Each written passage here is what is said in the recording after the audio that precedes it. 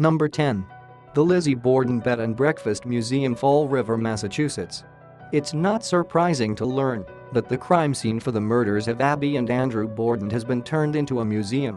What does come as a bit of a shock to most is that it is quite a lovely bed and breakfast, famous for ghost hunting, games, and Lizzie Borden bobbleheads.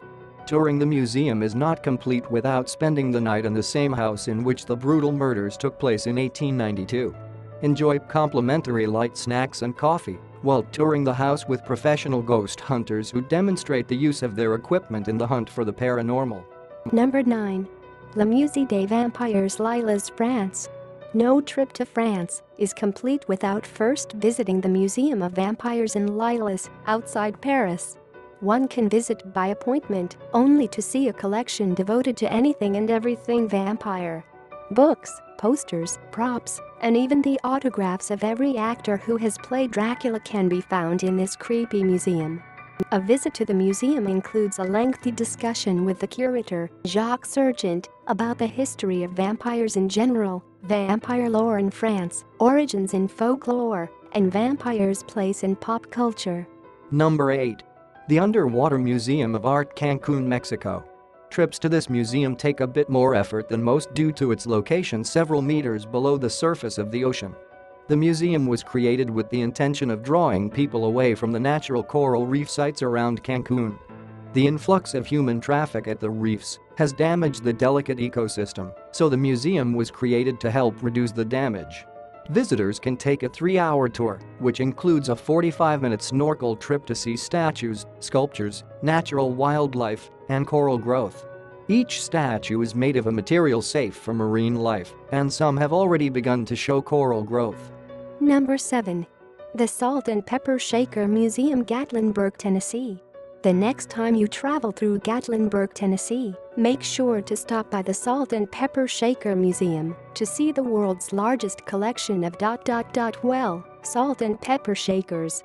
The museum boasts a collection of 20,000 pairs of shakers collected over 25 years by the owners and curators of this quaint, peculiar museum.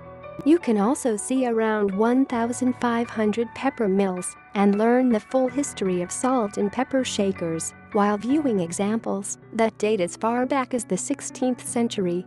Entry into the museum will cost you $3 as of late 2016.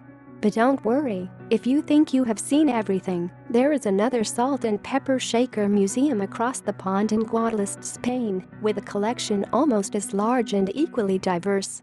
Number 6. The Mutter Museum, Philadelphia, Pennsylvania.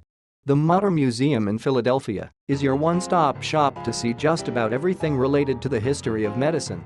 They have some interesting items on display, which might turn your stomach or interest you vastly depending upon your constitution.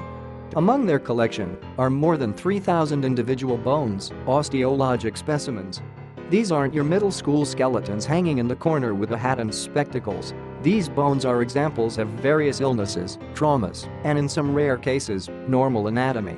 Most of the bones on display were prepared more than 150 years ago to be used as teaching aids. The museum also has around 1,300 wet specimens of biological tissue preserved in fluid. One such oddity on display is a portion of Professor Albert Einstein's brain presented in slides. Number 5. The Torture Museum, Ruidsheim, Germany. There are many torture museums around the world, but few are located in a creepy old house off the main road like the one in Ruidsheim, Germany. The museum boasts 144 different instruments of torture used throughout the Middle Ages, with displays of various methods of execution spread throughout the museum. Among their collection you can find gallows, knee screws, breast talons, heretic forks, chastity belts, head presses, humiliation masks, an executioner's axe, and much more. One of their most interesting pieces is the interrogation chair, which was used during the Spanish Inquisition. There is also a section devoted to the various witch hunts throughout history. You can check out the means of determining whether a person was a practitioner of the dark arts. Number 4. Vent Haven Museum, Fort Mitchell, Kentucky. You might think that there aren't many people who would visit a museum containing hundreds of creepy little dolls, but then you'd have to explain the Vent Haven Museum in Fort Mitchell, Kentucky. The museum boasts the largest collection of ventriloquism nightmares. Dolls in the world. Here you can learn about the art of ventriloquism and see some of the various dolls used by ventriloquists throughout history. The museum is the only one of its kind found anywhere in the world. The collection began as the personal one of Mr. William Shakespeare Burger, who was concerned that his massive collection would be broken up upon his death. To avoid this, he founded a non-profit organization dedicated to the art of ventriloquism. The collection has only become larger since his death. Number 3. The Icelandic Phallological Museum. If it exists, there is a good chance that somebody has collected it and maybe even placed it in a museum. This is true for baseball cards, ventriloquist dummies, and even penises. The Icelandic Phallological Museum boasts the largest collection of penises and penis parts in the world. The collection contains 280 specimens of penises from 93 separate species. Many of the items on display are from marine mammals such as whales and seals. You may be wondering if the museum has any human phalluses on display, and sure enough, it does. One of the donated penises sits in a jar of formalin as a shriveled grayish-brown mass.